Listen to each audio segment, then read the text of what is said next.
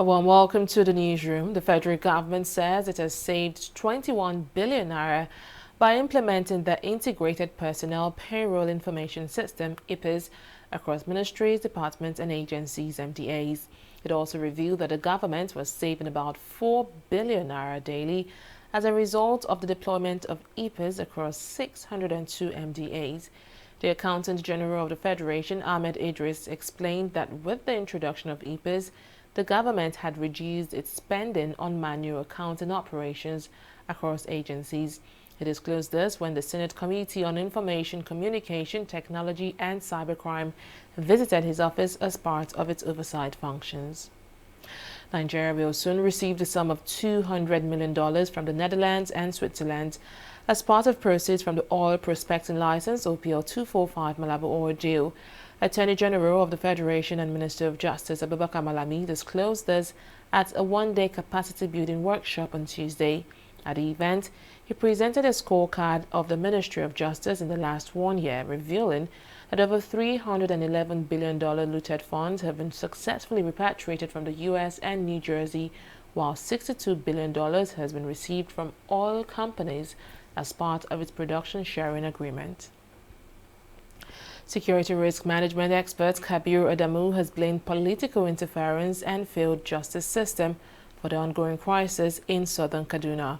In the past weeks, unknown armed men have launched a series of fresh attacks on southern Kaduna communities, killing scores of people and injuring several others. Speaking to TV 360 Nigeria, Adamu says there will be a significant change if intelligence is sharpened and conspirators are made to face the full wrath of the law. We can't take away from the governor the fact that he has attempted to come up with certain innovative solutions. He set up a Ministry of Homeland Security. He's appointed someone from Southern Kaduna to head that ministry, yet the killings are still ongoing. So unfortunately, I am left with no choice but to conclude that there's definitely a political angle to the killings. Now, who is behind that political angle? Unfortunately, the criminal justice system that is supposed to arrest offenders is unable to do that. Most of the persons that have been fingered from previous commissions of inquiry and investigative committees into this crisis are people that are either traditional rulers or are political brokers. They are powerful persons, and so if you touch them, their communities are likely to rise up in their support or against you, especially if you do not touch the other side. So, and I think it is this political correctness that has incapacitated previous governors and including the current governor. Massive floods will sweep through many parts of the country between September and October. A federal government agency has warned. The Nigeria Hydrological Services Agency, which gave the red alert, advised residents of flood-prone areas to begin relocation because heavy rains will precipitate the flooding, leading to destruction of property and likely loss of lives. Director General of the agency, Clement Nze, explained that 275 local government areas of the 774 in Nigeria will be moderately hit by the flood, while 102 councils will be worst hit. Rivers, Lagos, Delta, Edo, and Kogi are on top of the list of states to witness major flooding. The agency also adds that all the local government areas in Lagos State, except Ekpe and many parts of Ogun State, will be badly affected. The agency said governors of the state have now been warned to begin immediate evacuation of residents in these flood-prone areas. The Accident Investigation Bureau, AIB, has released the final report of the February 2, 2019 helicopter accident involving Vice President Yemi Osinbajo in Kogi State. In its preliminary report, the AIB had said the crew lost visual contact with the ground at about 50 feet owing to dust generated when landing on a sandy area. But in the new report made available on Tuesday, the AIB said the incident was as a result of human error. The Augusta Westland helicopter conveying the Vice President and 11 others crashed in the Kaba area of Kogi State during the 2019 presidential election campaign. The chopper, managed by Caverton Helicopter, had managed to land at a township stadium before its propeller suddenly pulled off. We'll take a break here to bring you updates on our COVID-19 coverage. Stay with us.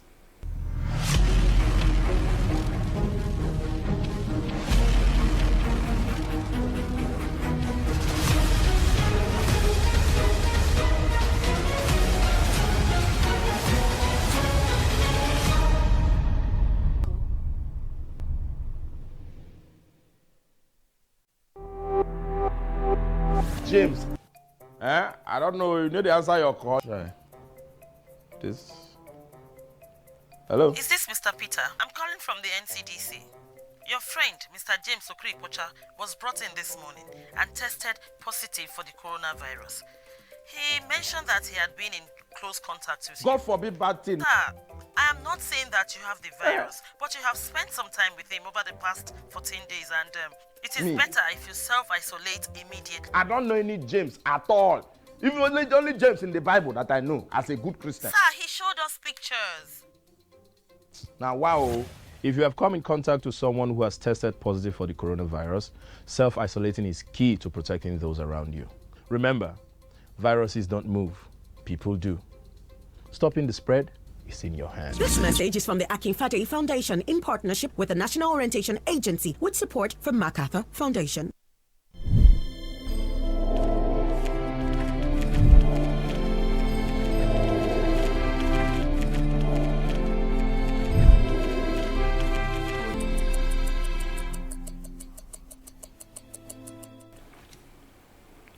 Welcome back. A total of 624 new samples have tested positive for COVID-19 in 17 states and the Federal Capital Territory.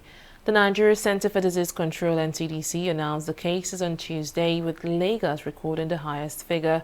8 new deaths were also confirmed in 4 states, including Edo, Oyo, Delta, and Enugu.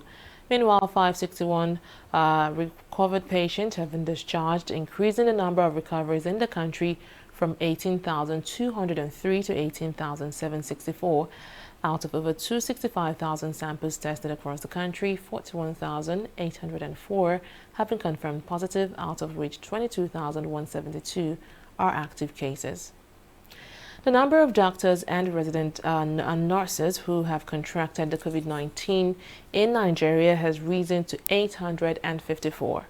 According to Secretary, National Association of Resident Doctors, Bilikis Mohammed, 391 resident doctors have contracted the virus and 14 of them have died of it. The National Association of Nigerian Nurses and Midwives, on the other hand, say 535 of its members have contracted COVID-19. The body, however, failed to give a casualty figure, if there is any. Mohammed also revealed that no fewer than 33 states are yet to begin the implementation of the new hazard allowance for resident doctors, despite their risk of contracting the virus. About 289 Nigerians stranded in the United States of America are expected back today. According to Special Advisor to the Minister of Foreign Affairs, Sarah Sander, the evacuation flight left U.S. on Tuesday. According to Sander, the flight manifesto shows that there are 135 males, 142 females, and 12 infants. She also revealed that 2 additional flights have been scheduled for July 31st and August 7, respectively. Let's take a break here to bring you business stories and more.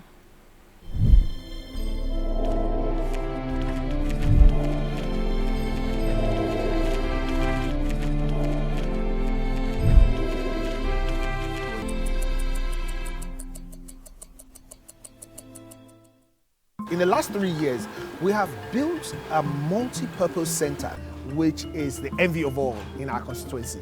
And I can tell you that the people who are living there are already enjoying it. Guy, do you think what this man just said is true? See, I seriously doubt. I'm sure it's one of those their silly lies. And wait, do you know there's a way to find out if these things he's saying is true or not? This is the Construct app. It gives people like us a sure way to track implementation of constituency projects. It gives valid and verified information on location of projects, amounts allocated, amount funded, the level of job done, and even the profiles of concerned legislators. You and I can post directly on this app. Are you serious? This is the go-to app if you want to know how our Commonwealth is being expanded by the government. Wow. Let's even see if what this man said is true. Show me. The Construct app is developed by Other People Nigeria with support from USAID and is available on both Google Play Store and Apple Store. And it's true. Of course, I told you. Give him his shoes somewhere here. His phone and everything. Don't do like that again. Thank you. So, bye-bye. Hey, Oga, where do you think you are going? Oh, you never shake body. Eh? You never shake body. Shake body, see? You never shake body. Eh?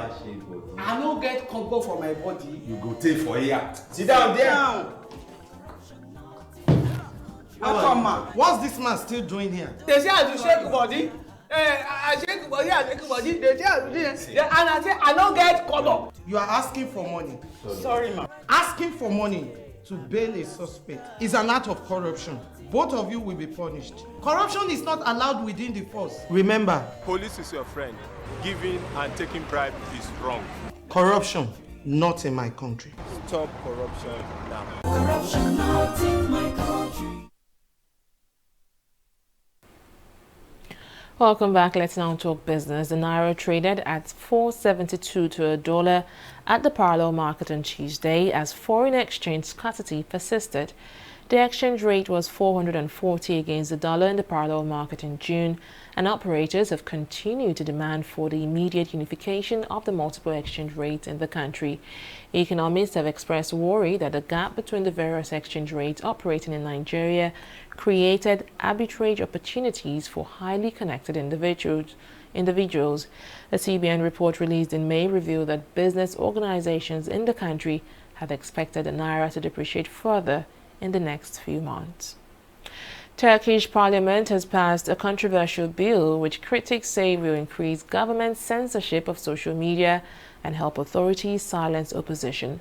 Under the new law, foreign social media sites have to appoint Turkish-based representatives to address authorities' concern over content and includes deadlines for removal of materials they take exceptions to. Companies who fail to comply could face fines, the blocking of advertisements, or have bandwidth slashed by up to 90%. The presidency argues that the bill would not lead to censorship, but would establish commercial and legal ties with the social media platforms. Leicester midfielder James Maddison has agreed a new 4-year contract that will see him remain at the club until 2024. Maddison's current deal was due to expire in 2023. Now, the new deal will be a boost to manager Brenda Rodgers after the club failed to secure a place in next season's Champions League following their defeat by Manchester United on the final day. The 23-year-old who joined the club from Norwich City in 2018 have developed into one of the most promising attacking players in the country and made his England debut in the 7-0 win over Montenegro in November.